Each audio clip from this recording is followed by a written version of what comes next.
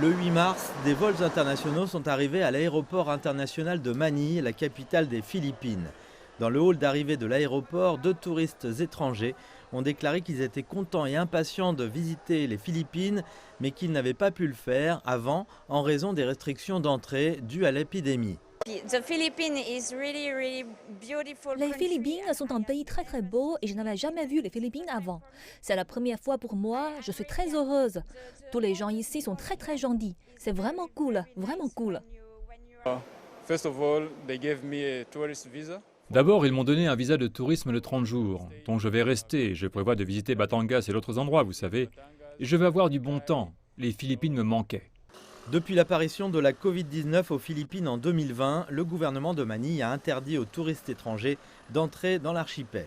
En février dernier, au fur et à mesure que l'épidémie se calmait, le gouvernement philippin a commencé à autoriser les touristes et les hommes d'affaires étrangers complètement vaccinés ou venant de pays et territoires exempts de visa à entrer dans le pays à partir du 10 février afin de stimuler l'industrie touristique de ce pays insulaire. Tous les touristes étrangers qui entrent dans le pays, bien sûr, ils doivent être pleinement vaccinés, peuvent se rendre dans toutes les zones qui ont été rouvertes. Comme les cas de coronavirus continuent de décliner aux Philippines, nous sommes maintenant dans le niveau d'alerte le plus bas, c'est-à-dire le niveau 1. Donc toutes les restrictions ont été allégées. Madame Pouillat a déclaré que le marché chinois était très important car il constitue l'une des principales sources de touristes pour l'industrie touristique philippine.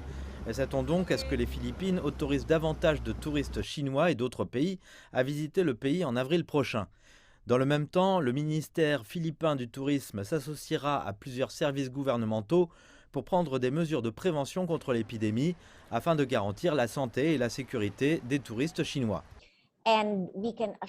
Nous pouvons assurer tous les touristes chinois qui veulent aller aux Philippines qu'ils seront en sécurité ici.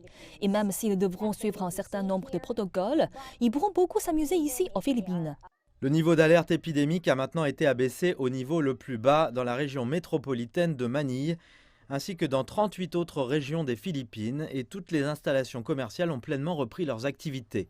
Le groupe de travail interdépartemental philippin sur le contrôle de l'épidémie discute déjà de la possibilité de mettre en place un niveau d'alerte minimum pour l'ensemble du pays et de faciliter encore davantage l'entrée des touristes étrangers. Dans l'intention de relancer le tourisme, le ministère philippin du tourisme s'est associé à plusieurs services gouvernementaux et a mis en place plusieurs politiques afin de faciliter la vie des touristes. Par ailleurs, l'épidémie a eu un fort impact sur les travailleurs dans le secteur du tourisme local. Trouver un équilibre entre la reprise économique et la prévention et le contrôle de l'épidémie sera le point clé du ministère philippin du tourisme dans les étapes suivantes. Tao Diale, Manille, Philippines.